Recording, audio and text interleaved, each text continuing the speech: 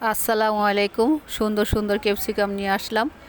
আসতেই শুরু হয়ে গেল, পাস্তা রান্না করো, পাস্তা রান্না করো। আরে বাবা, পাস্তা রান্না করতে হলে তো আরও কিছু দরকার। না, এক্ষুনি এই সবজি দিয়ে পাস্তা রান্না করো। আমিও তাই পাস্তা রান্না করার জন্য কিছু সবজি নিয়ে নিলাম। এই সবজিগুলি কুচি কুচি করে কেটে পাস্তা রান্নার জন্য তৈরি হয়ে গেলাম। অল্প কিছু উপকরণ দিয়েই আজকে এই পাস্তাটা রান্না করে নিব। 4টা কালারের ক্যাপসিকাম আছে, দুইটা দুইটা করে ক্যাপসিকাম কেটে নিব আজকে পাস্তা তৈরি করার জন্য। অল্প সময় ঝটপট পাস্তাটা তৈরি করে ফেলব।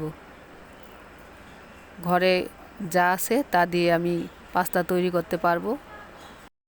অন্য সবজির সাথে ক্যাপসিকামটা দিয়ে রান্না করলে খেতে কিন্তু ভালো হয়। ক্যাপসিকাম সারা বছর যে কোনো সবজির সাথে দিয়ে রান্না করে খেতে পারেন। রুটি পরোটা দিয়েও কিন্তু এই সবজিটা খেতে ভালো লাগবে। যে কোনো আইটেম হোক, পোলাও বা ভাতের সাথেও সবজিটা খেতে ভালো লাগে। সবগুলি কাটা হয়ে গেছে, একসাথে করে পাস্তাটা রান্না করতে যাব। ওইদিকে আমি চুলায় পাস্তাটা বসিয়ে দিয়েছি সিদ্ধ। অল্প কিছু লবণ দিয়ে পাস্তাটা সিদ্ধ করতে দিয়েছি।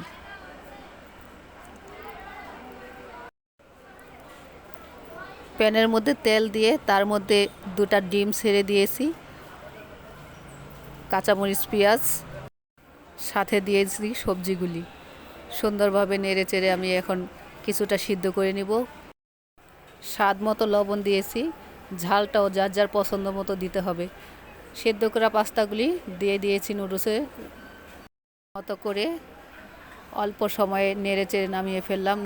রান্নার সময় সসটা দেওয়া যেতে পারতো, তবে বারণ ছিল আজকে, সেজন্য পাস্তা রান্না করে সস মিশিয়ে আজকে এটা পরিবেশন করে নিচ্ছি।